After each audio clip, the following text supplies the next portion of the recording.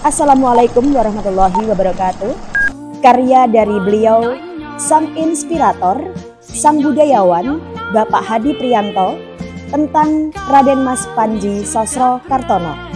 Terima kasih yang sebesar-besarnya untuk sponsor pendukung, Bapak Maskur Aulia, Bapak Nurul Furqon, Ibu Ida Nur Saadah, dan Bapak Nur Hidayat. Semoga bermanfaat untuk kita semua.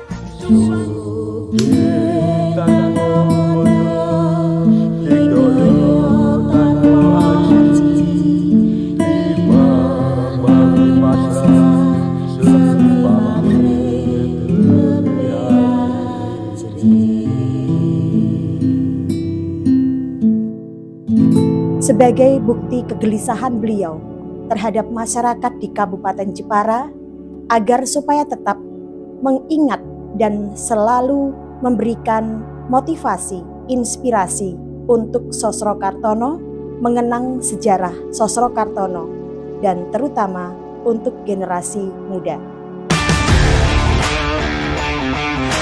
Assalamualaikum warahmatullahi wabarakatuh, Bapak Hadi Priyanto. Waalaikumsalam warahmatullahi wabarakatuh, Mbak Dinda Kirana dan juga teman-teman sekalian.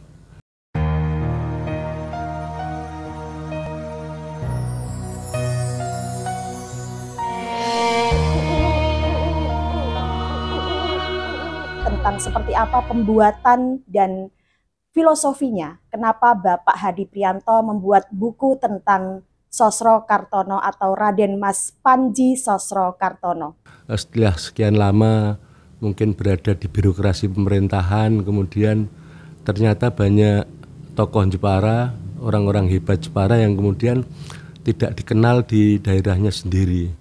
Salah satunya contoh konkretnya misalnya Raden Ajeng Kartini ya, yang sudah mendapatkan status pengakuan dari negara sebagai pahlawan kemerdekaan Republik Indonesia.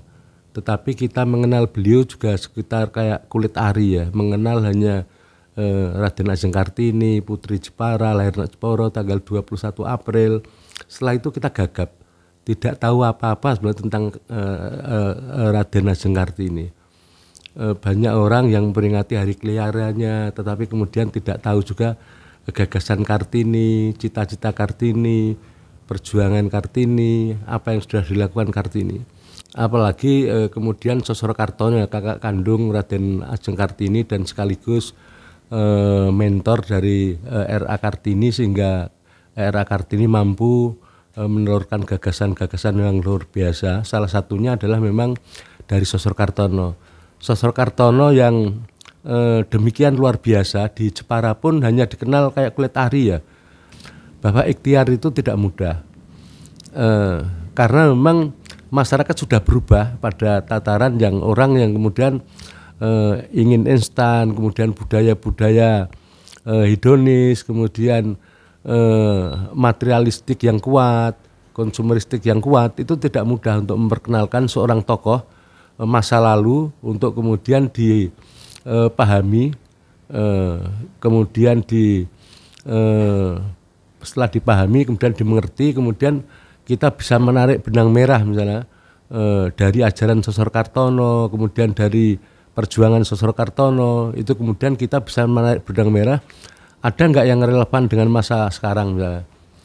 Nah itu sebenarnya tujuan penulisan sejarah seorang tokoh itu harapannya memang agar masyarakat sekarang yang mewarisi kemudian mengetahui keunggulan tokoh ini, kemudian harapan dari penulis itu kemudian setelah mereka mengenal, kemudian mengagumi, kemudian meneladani apa yang dilakukan oleh beliau.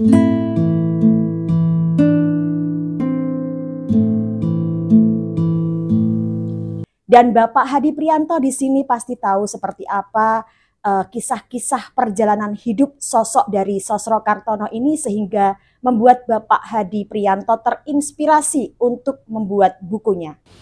Ya, Sosro Kartono memang sejak kecil dikisahkan sudah memiliki kedekatan dengan orang-orang kecil. Sehingga dalam buku-buku tentang keluarga Sosro Ningrat itu ketika dia kecil sudah menunjukkan keteladanan dan kecerdasan yang luar biasa. Misalnya contohnya ketika ada orang meminta ke Kawedanan yang ada di Mayong itu, waktu itu dia tinggal di sana karena bapaknya itu menjadi wedono sana, itu dia pasti dengan segera mengambilkan apa yang diminta oleh orang-orang yang datang. Itu artinya apa? Sikap welas asih itu sudah muncul pada saat dia kanak-kanak. Kemudian dia selalu menjadi mentor dari Kartini dan adik-adiknya. Kemudian memang yang agak aneh, sebelum keluarga ini pindah menjadi bupati di Jepara, waktu itu memang Sosro Kartono seakan-akan sudah tahu yang akan terjadi ya. Misalnya dia sudah menyampaikan 2 tahun sebelumnya itu kalau suatu saat dia akan menjadi bapaknya Ramandanya itu akan menjadi bupati di Jepara misalnya kayak gitu. Hal-hal itu yang kemudian membawa jiwa Kartono kecil itu untuk kemudian terus untuk mengembangkan dirinya, sehingga ketika dia lulus dari sekolah rendah kelas 2 Belanda di Jepara itu kemudian sekolah di HPS di Semarang, dan di HPS juga nilainya bagus, bahkan bahasa asing pun dia kuasai waktu dia masih sekolah di HBS itu, sehingga ketika lulus di HBS ini kemudian dia mendapatkan kesempatan untuk sekolah ke Belanda. Memang ketika dia belum berangkat ke Belanda itu memang dia sangat dekat dengan adiknya dan memberikan motivasi, bahkan memberikan buku-buku kepada adiknya untuk dibaca, untuk memberikan bekal kepada Kartini. Contoh buku yang diberikan oleh Sosro Kartono adalah buku tentang Serat Centini, misalnya, Ulang Reh, misalnya. Itu diberikan. Padahal 2 buku ini adalah buku ajaran sepuh ya, ajaran sepuh yang itu tidak lumrah lah kalau itu kemudian dibaca oleh anak yang baru umur 12, 13, 15 kayak Kartini itu. Tapi Kartono sudah memberikan buku itu ke Kartini. Surat Centini dan Ulang Reh itu memiliki ajaran luhur tentang bagaimana seorang ibu itu kemudian memelihara ya, merawat anak-anaknya itu. Nah, karena itu memang kemudian Sosro Kartono kemudian memang dikenal sebagai mentornya Kartini, karena setelah dia di Belanda itu dikirimkan juga buku-buku dari sana, dan buku-buku itu sudah diseleksi oleh Sosro Kartono yang sesuai dengan yang pertama cita-cita harapan Kartini, kemudian tentu yang sesuai dengan keinginan dia, keinginan Kartini. Secara tidak langsung memang Sosro Kartono dikenal sebagai pembentuk atau yang memberikan fondasi bagi spirit juang dari Raden Ajeng Kartini. Sebagai mahasiswa pertama di negeri Belanda, Sosro Kartono kemudian memang terlibat juga dalam pergerakan-pergerakan yang ada di negeri Belanda.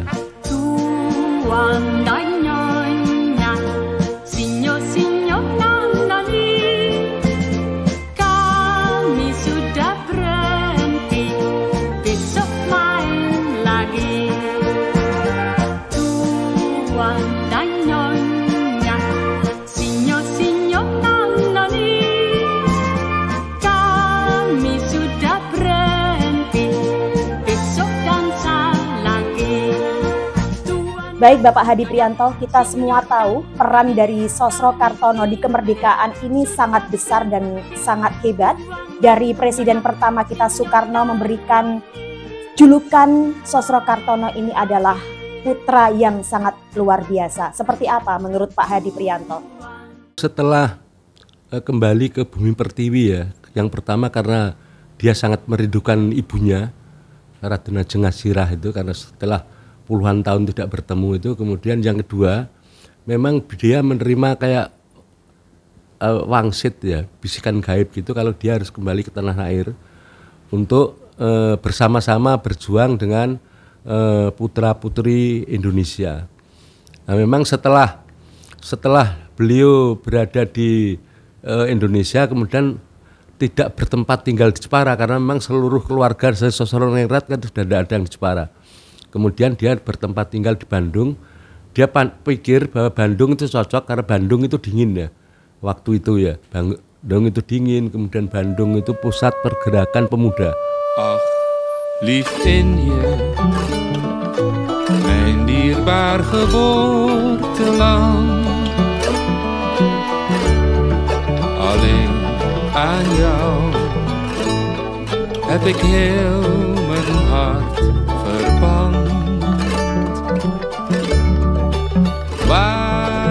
vissers. Heel gelukkig en tevreden.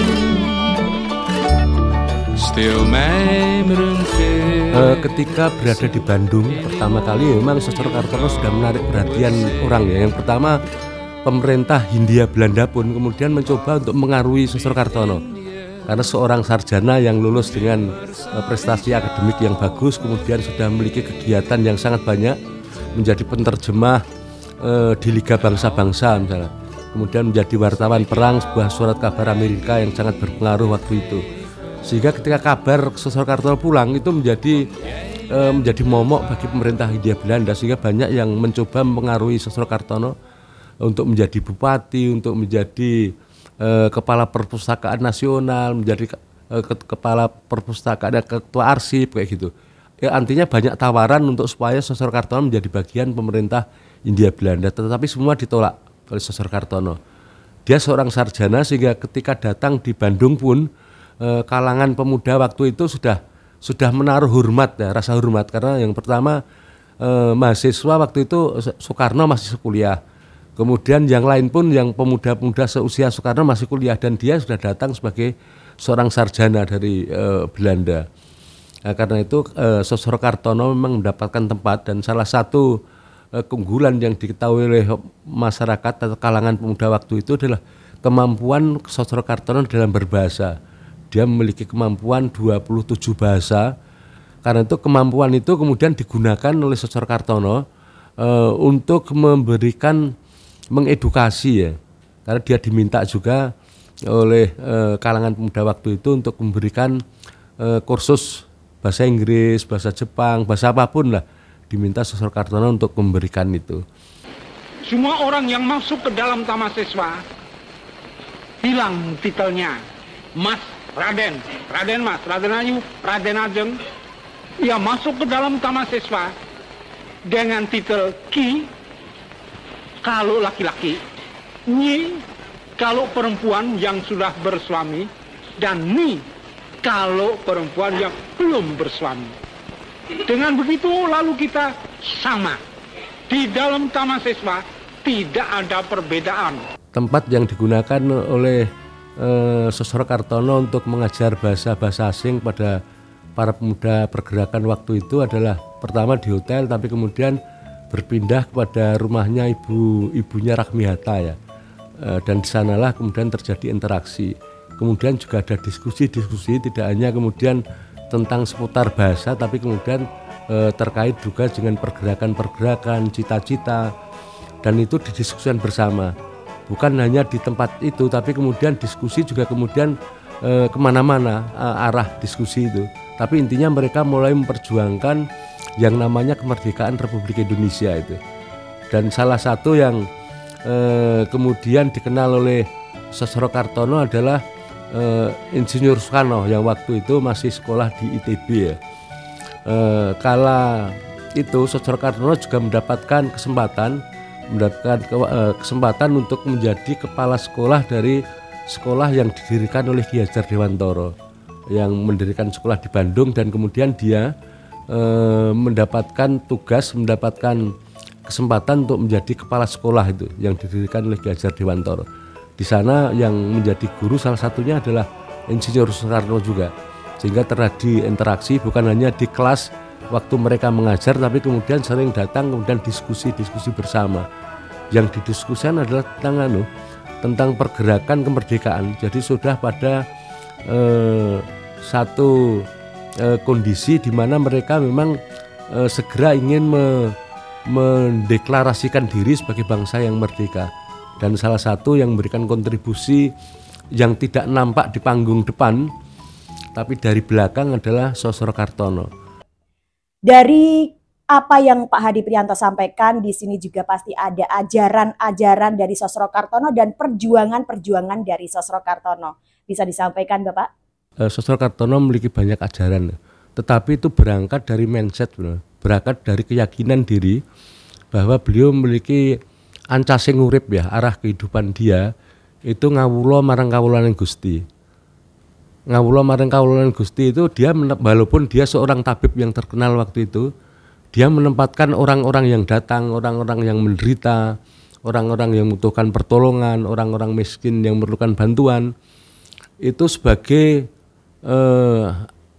anak atau umat Allah ya, dan dia melayani itu.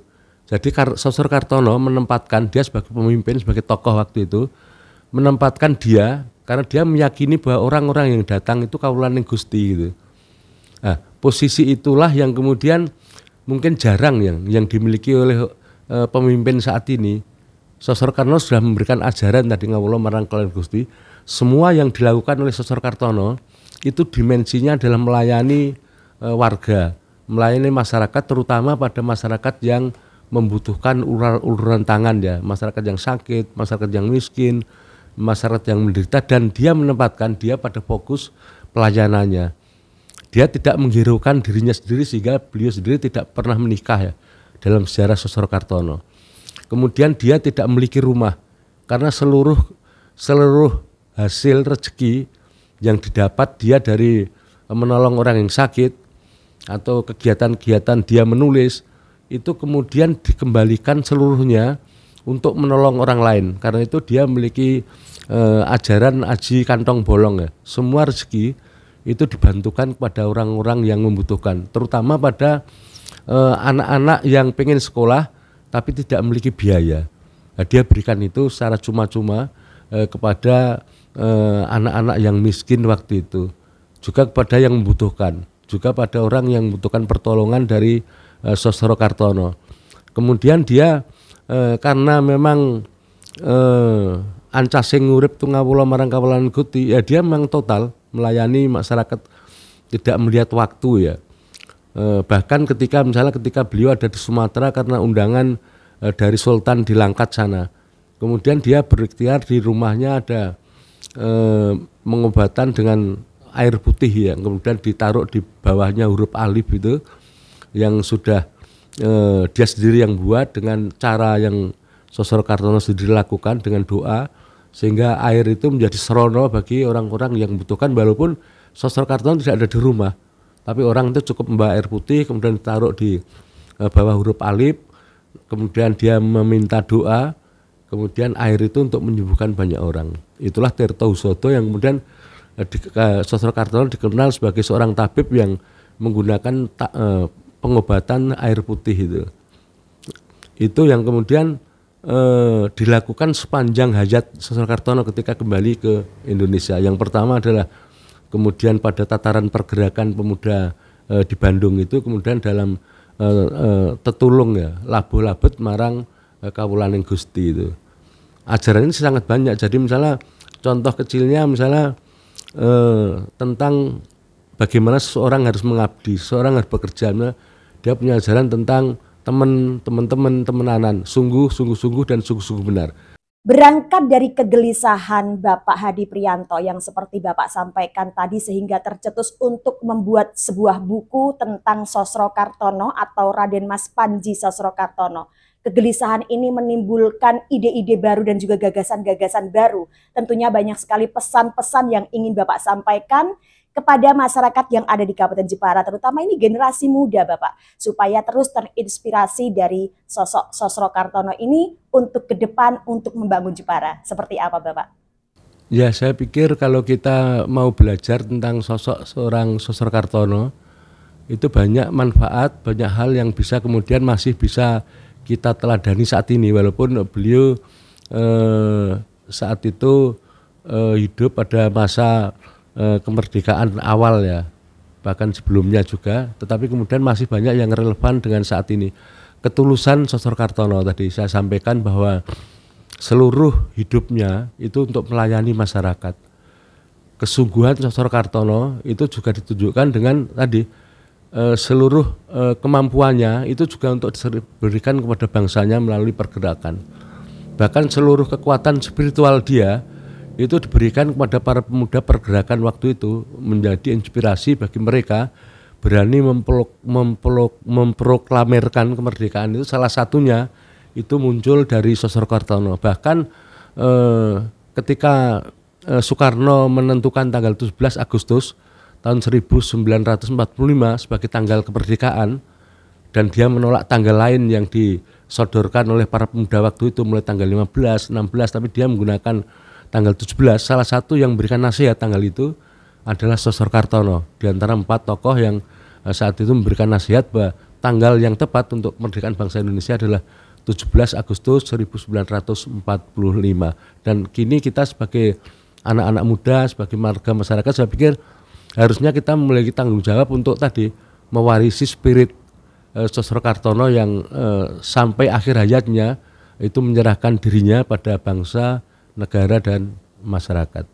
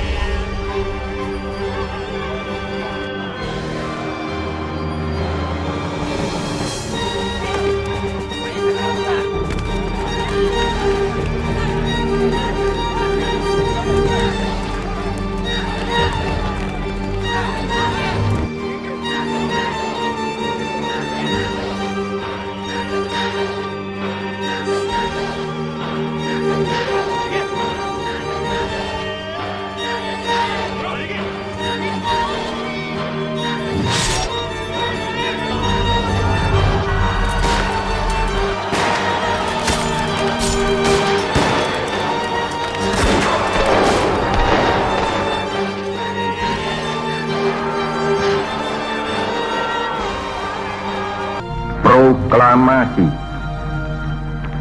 Kami, bangsa Indonesia, dengan ini menyatakan kemerdekaan Indonesia. Hal-hal yang mengenai pemindahan kekuasaan dan lain-lain diselenggarakan dengan cara saksama dan dalam tempo yang sesingkat-singkatnya. Jakarta, 17 Agustus 1945, atas nama bangsa Indonesia, Soekarno, Hatta. Baik, terima kasih Bapak Hadi, dan kita juga semua berharap dari generasi muda, dari kalangan SLTA, SLTP, SD, dari dasar sekalipun bisa menginspirasi dari sosok Raden Mas Panji Sosro Kartono dan juga penerus dari sosok Bapak Hadi Prianto yang begitu menjiwai dan begitu handal dalam menciptakan buku-buku sejarah untuk Kabupaten Jepara. Oh ya Mbak Dina, terima kasih dan semoga bermanfaat bagi kita semua. Waalaikumsalam warahmatullahi wabarakatuh.